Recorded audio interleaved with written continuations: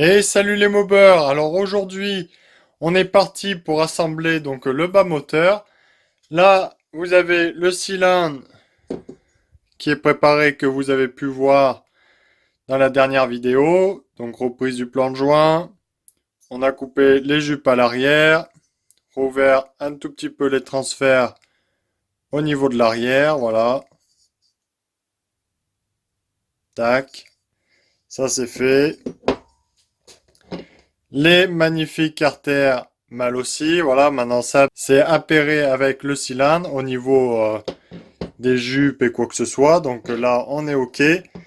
Il reste là on va pas aligner par rapport carter cylindre. Voilà, on va laisser vraiment les carters d'origine. Alors certains vont dire que c'est du gâchis, mais non, vu que c'est à peu près aligné, il y a juste une toute petite marche. Mais c'est dans le sens inverse, ça veut dire c'est les carters qui sont un petit peu plus petits que le cylindre. Vaut mieux ça comme ça que les carters bien ouverts et le cylindre avec des tout petits transferts où là ça fait des marges, des perturbations et vraiment une grosse perte de puissance. Là, c'est pas trop le cas, donc il n'y aura pas de soucis de fonctionnement. Vous verrez que ça marchera super bien. Donc là, toutes les pièces ont été nettoyées, bien sûr. Le plan de travail, il est propre. Là-dedans, donc on va mettre le vilebrequin Midalo, ceux qui n'ont pas vu la vidéo. Voilà, vous avez une vidéo déballage. Donc dedans, tac, on a les roulements Céléron. Voilà, en cage polyamide. Donc on va monter ça pour être au moins tranquille. Des très très bons roulements. Après, cage à aiguille Midalo, il faut, avec ce vilebrequin Midalo. Voilà, pas le choix.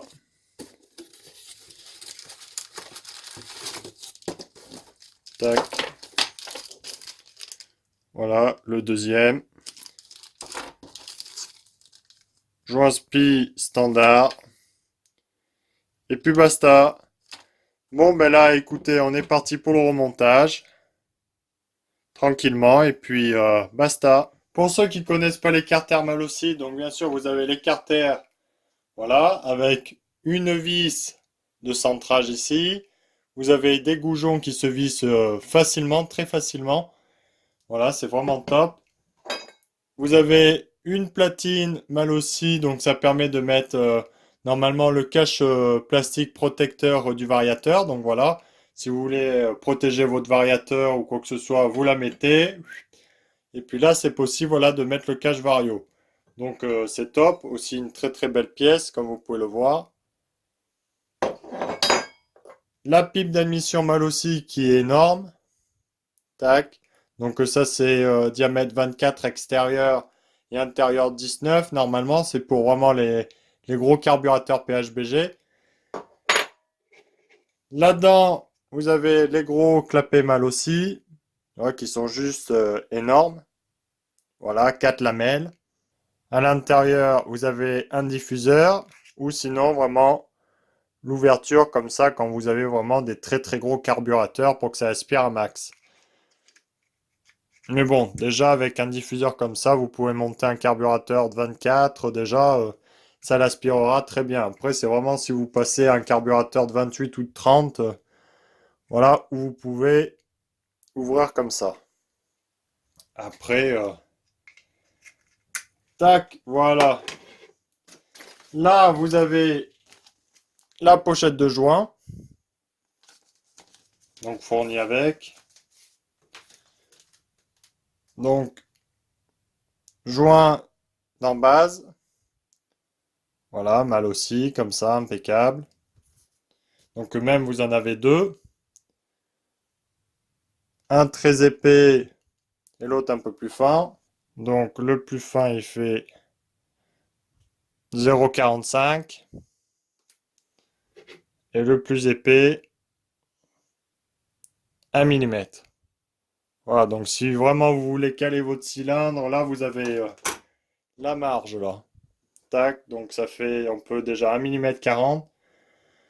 Là, vous avez le joint pour les clapets et la pipe d'admission à l'intérieur. Voilà. Vous avez la feutrine qui vient côté allumage. Voilà, ça sert d'un coupe-chaleur ou quoi que ce soit. Je pense que c'est ça, coupe-chaleur. Et après, vous avez ce tout petit joint qui vient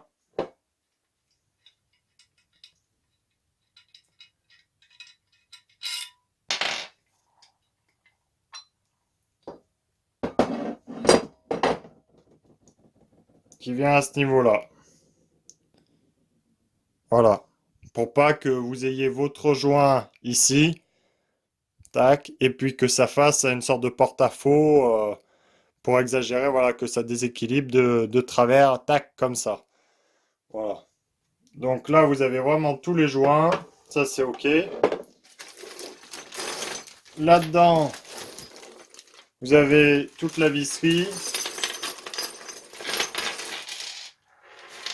Donc c'est vraiment très très complet, hein. Bague, je crois, peut-être à l'intérieur, voilà, ouais. Je suis pas trop sûr non plus, hein. Moi, c'est la première fois que j'en ai, mais la bague qui a l'air d'aller entre les deux. Tac, aussi une bague de centrage, voilà. Ça a bien l'air d'être ça.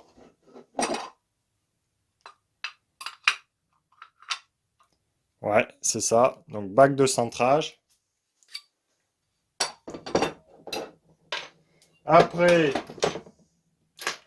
vous avez tout ce qui est boulon pour les carters, là. Donc vous avez tout. Vous avez 4 vis à laine, comme ça, pour la pipe d'admission et les clapets, bien sûr. Les boulons, les rondelles.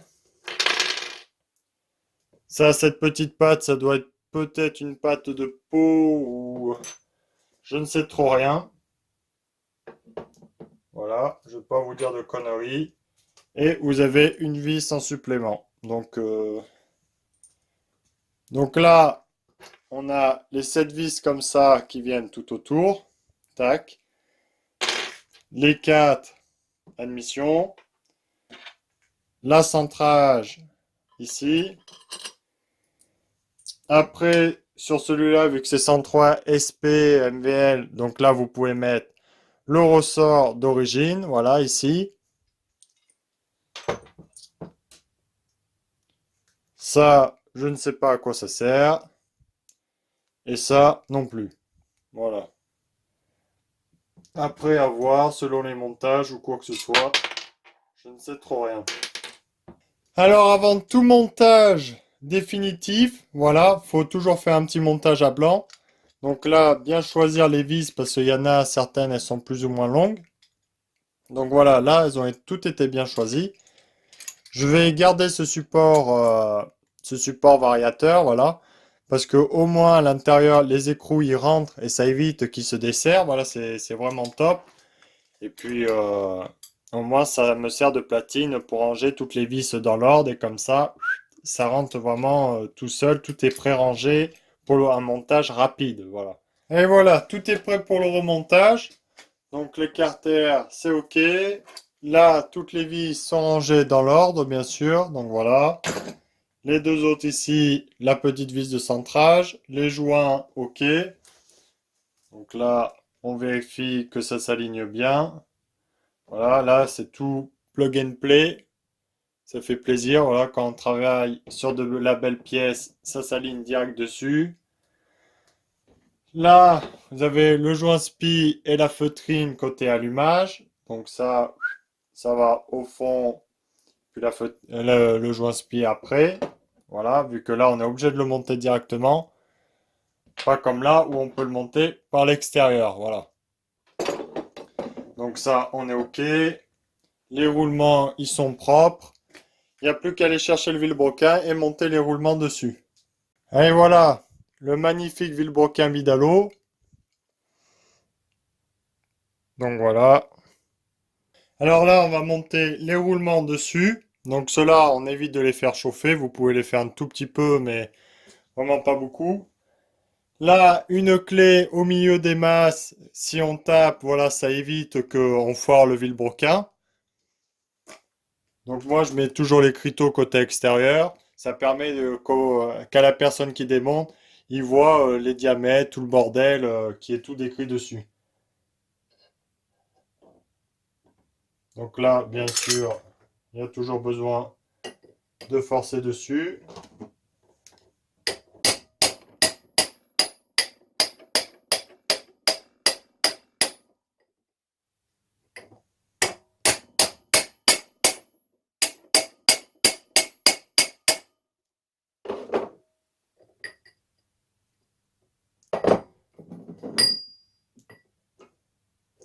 Donc là, on vérifie bien que c'est embuté à fond.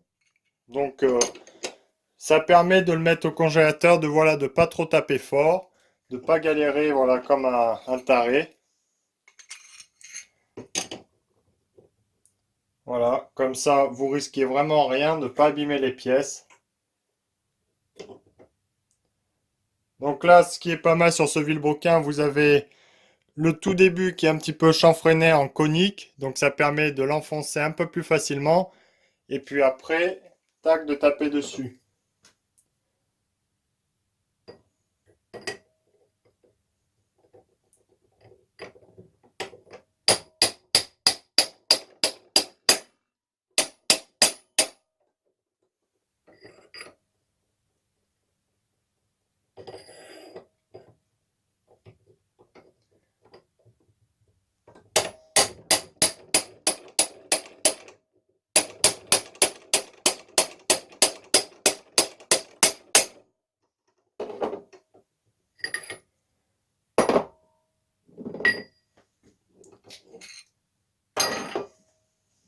Et voilà, ce côté c'est pareil, c'est rentré à fond. Donc vous voyez, c'est pas bien compliqué. Voilà, là c'est fait et on est super bien. Le vilebrequin n'a pas pris de coup. Voilà.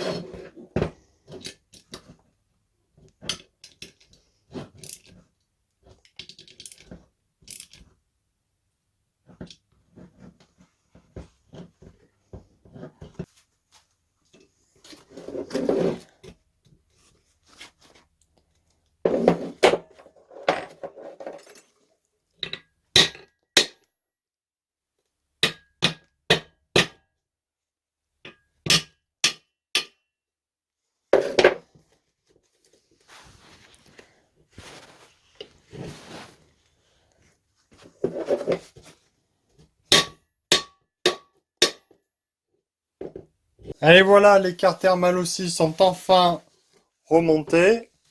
Voilà, donc franchement, ça fait une super belle pièce, juste magnifique. Donc là, on est OK. Il restera plus que le joint spi à monter ici. Ah, voilà, c'est magnifique. Donc le vilebrequin, lui, le petit vilebrequin Bidalo est centré. Comme vous pouvez le voir, ça tourne librement. Donc voilà, c'est clean, c'est classe. Voilà, voilà. Bon, bah écoutez, on est parti pour mettre le joint spi de ce côté-là. Et puis après, c'est montage du haut moteur. Allez, voilà, le joint spi est monté, donc avec un bon tube comme ça, et puis hop, ça rentre tout seul. Après, le chasse-clou pour vraiment bien enfoncer, puis impeccable. Donc voilà, là on est OK. On va passer au montage de la pipe d'admission. Bon allez, on est parti pour monter la grosse boîte à clapper. Voilà. Donc là déjà, je mets les joints qui ont été graissés. Donc le premier. La boîte à clapper, voilà, on la laisse l'ouverture d'origine, ce qui est parfait. J'ai bien vérifié. Donc là, on va essayer de mettre les écriteaux normales aussi. Donc Made in Italy et mal aussi, voilà, comme ça. OK.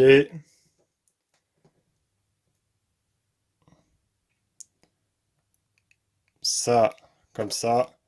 Et la pipe d'admission qui est bien lisse aussi. Donc là, il n'y a pas de marche, il n'y a rien.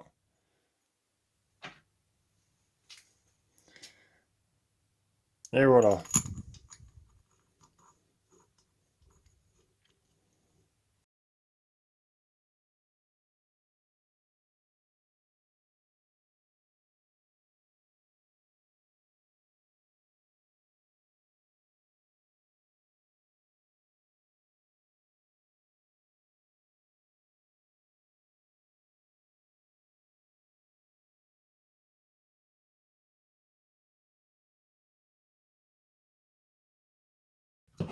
Et voilà, c'est bien serré. On est OK. Là, c'est juste magnifique. Voilà, voilà. Tac. Ça, OK. C'est juste magnifique ces carters. Faut assembler, c'est waouh, waouh, waouh. Allez, voilà. Donc là, le vilebrequin, il force un peu plus vu que le joint spi est neuf. Voilà. C'est pas grave, ça se fera, ça, y a pas de souci. Par curiosité, je vais voir combien il y a de volume dedans, en millilitres. Voir combien ça donne de volume à l'intérieur des carters, pour voir s'il y a une grosse différence avec les carters d'origine. Comme ça, vous aussi, vous pourrez faire le test, vous aurez une valeur en disant, ben voilà, c'est tant et tant par rapport à un carter d'origine. Voilà, ça peut être intéressant. Bon, voilà, j'ai pu mettre 140 millilitres à l'intérieur, avec le vilebrequin, bien sûr, Bidalo. Donc voilà, là, j'ai pas de carter ouvert avec un vilebrequin masse pleine, j'en ai que un carter avec vilebrequin origine, donc ça fausserait un petit peu les mesures.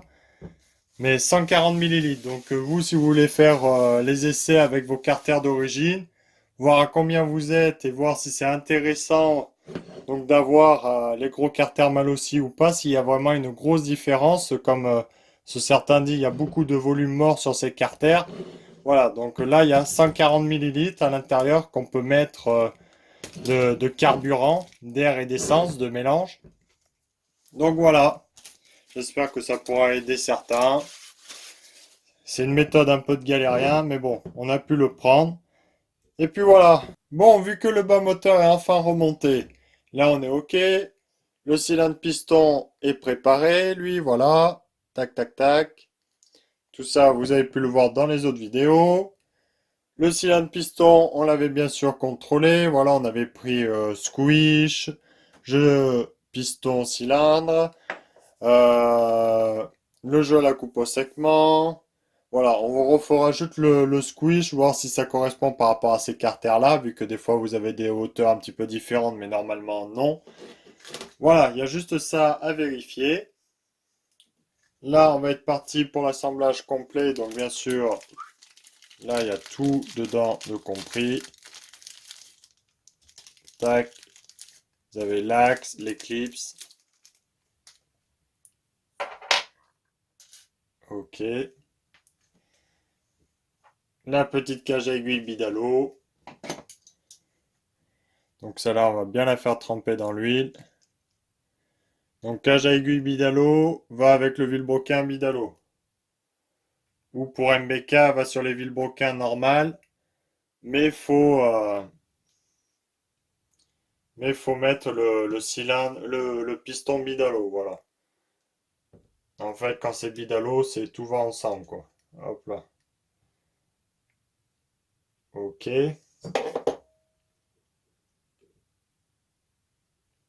Voilà. Euh, Là, on va mettre un côté de clips.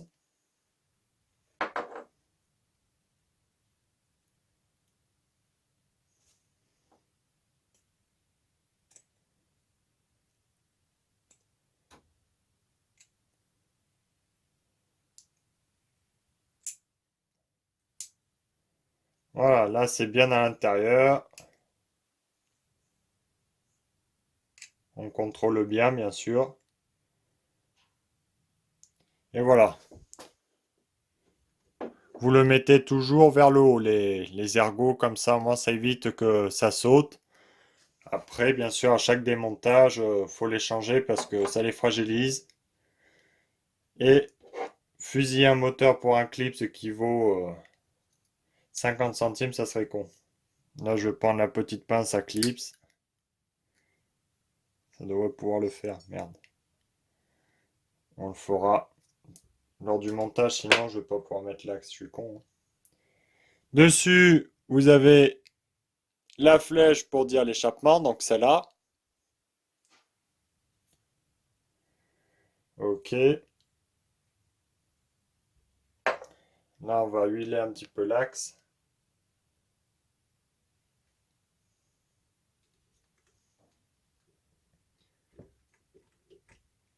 Et voilà. Tac. Ça rentre vraiment tout seul. Une fois que vous êtes bien centré, vous poussez avec le doigt et hop, ça rentre.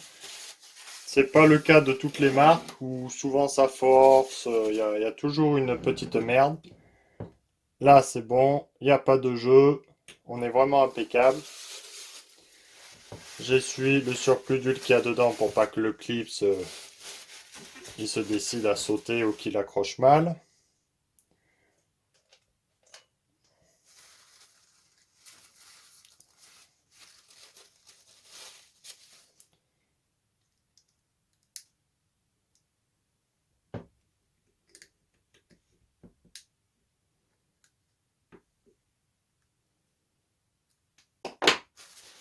Là, par sécurité,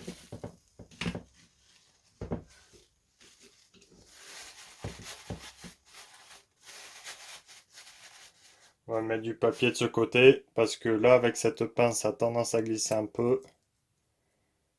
Bon, on va pas risquer quand même de le foutre dans le bas moteur, ça serait con.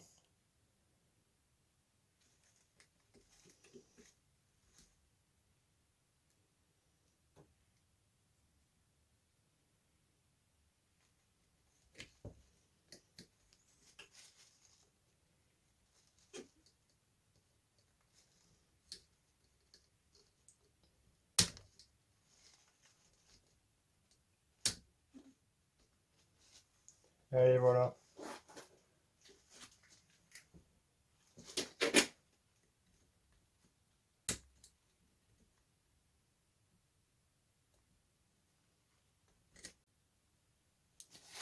C'est installé. Voilà. Donc franchement, ça fait classe, hein. Un beau petit piston, voilà, avec des trous un peu partout. Les gros quarts thermales aussi super stock. La bielle Bidalo qui est en couleur alu bronze. Magnifique.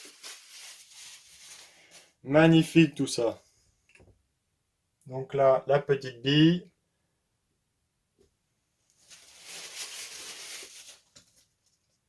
Là, vous avez le joint d'en base que j'ai recoupé, voilà. Donc lui à monter avec de la graisse. Et voilà.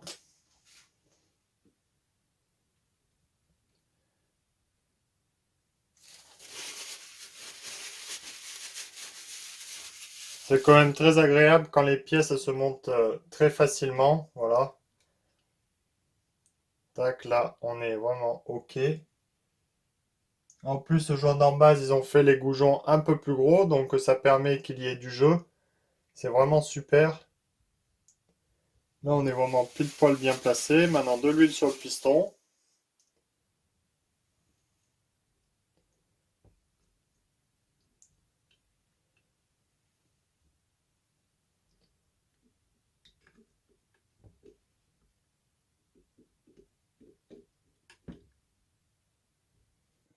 Donc lui, le cylindre, voilà, lui, j'ai même pas eu besoin de les bavurer. Ouais, il est vraiment très très propre à l'intérieur, tout est lisse. C'est vraiment du super beau taf. Très très belle pièce.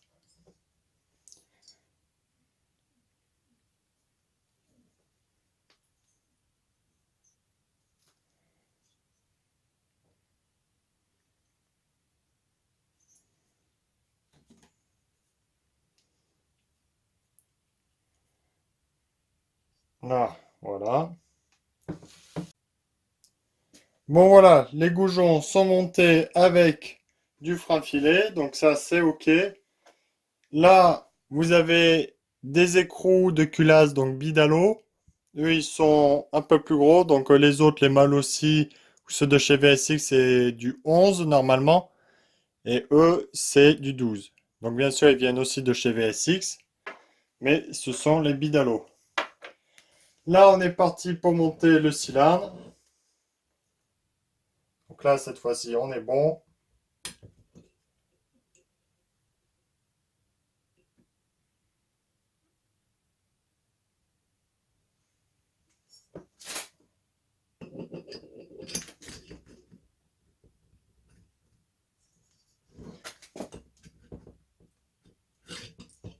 Et hop là. Donc là, ça vient franchement tout seul. Surtout quand c'est un monosegment.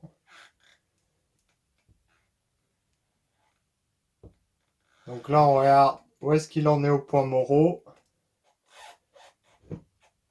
Donc là, il a l'air un petit peu en dessous. Est-ce que c'est du 12?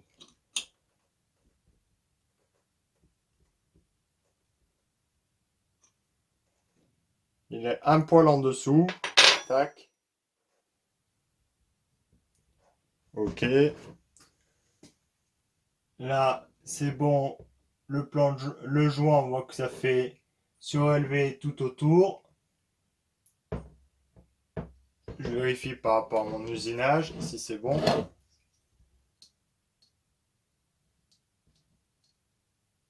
Là, on est vraiment très bien, rien ne touche. Donc l'étanchéité sera parfaite. Ça, c'est fait. Maintenant, le joint de culasse.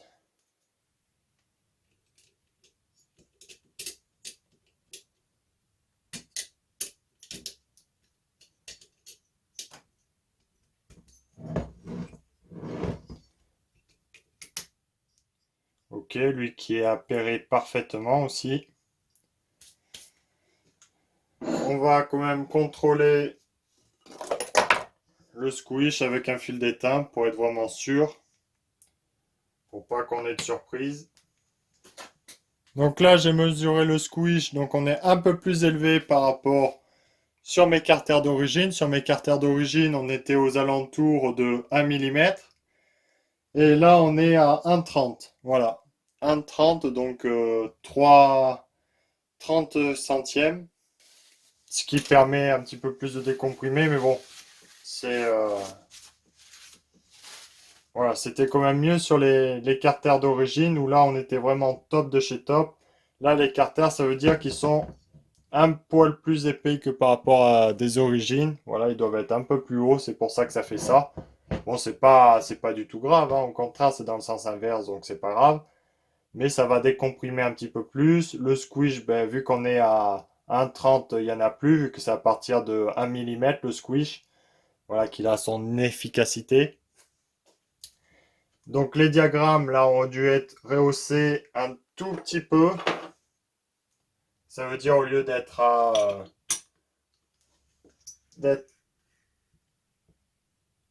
hop, au lieu d'être à 185 à l'échappement, on est peut-être monté là à 186, 187 à peu près. Voilà. Donc au point mort bas, comme vous pouvez le voir, les latéraux sont bien dégagés, l'échappement est bien dégagé. Voilà. Donc bien sûr, après on pourrait plus recomprimer en rabotant, tac, ici. Si on rabotait pour rebaisser, pour tout recomprimer, foutre un squish en dessous de 0,90. Et pour le moment, on va laisser ça stock. Voilà, vraiment, tac, d'origine, pas comprimé. Et on va voir ce que ça donne. Donc là, normalement, avant, on était à 12 de taux volumétrique. Là, je pense qu'on a dû descendre à 11,5. C'est à peu près des trucs que je vous dis à la louche, quoi. C'est pas vraiment pile poil de chez pile poil. Faudrait tout remesurer. Mais par rapport à ce qu'on avait mesuré la dernière fois, c'est ce qui doit être là d'actualité. Donc bref, c'est pas bien grave. On va essayer comme ça. Et puis si ça marche pas assez fort, on comprimera le tout. Donc là, l'avantage, c'est que les trous sont parfaitement percés, donc il n'y a pas beaucoup de jeu et ils s'emboîtent très facilement. Voilà. Donc allez, là on est parti pour serrer en croix. Donc là, moi j'ai pas de clé dynamo, là ça va être le gros cliquet, vu que sur le petit cliquet, j'ai pas la douille de 12. Voilà, donc là, je vais le prendre à ce niveau ici, comme ça pour pas faire trop de pression non plus. Faut pas tout plier. Et puis il faut doser sa force, quoi. Moi jamais j'ai eu de soucis. Du principe qu'on ne sert pas comme un gougnafier.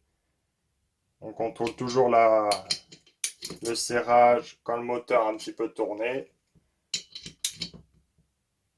Et normalement, ça fait le taf. Là, on est vraiment très bien. Tout est bien serré. Ça, le moteur est étanche. Donc voilà. C'est à peu près la même couleur d'aluminium, donc c'est magnifique. Tac, vous avez quand même le gros échappement qui est bien dégagé. C'est normal, c'est un G1, donc voilà. C'est juste un moteur magnifique. Bon allez les mobbers, je vais vous laisser là. Le moteur, donc le haut moteur Parmakit, l'écart thermal aussi, le Vilebrequin Midalo est enfin remonté. Donc ça fait un super beau moteur. Quand même un moteur d'exception. Voilà, c'est juste magnifique. Voilà, voilà. Bon, ben on se retrouve bientôt pour le remontage du variateur et de l'allumage. Et puis à très bientôt. Salut! Un grand merci à tous les contributeurs de la chaîne. Merci beaucoup.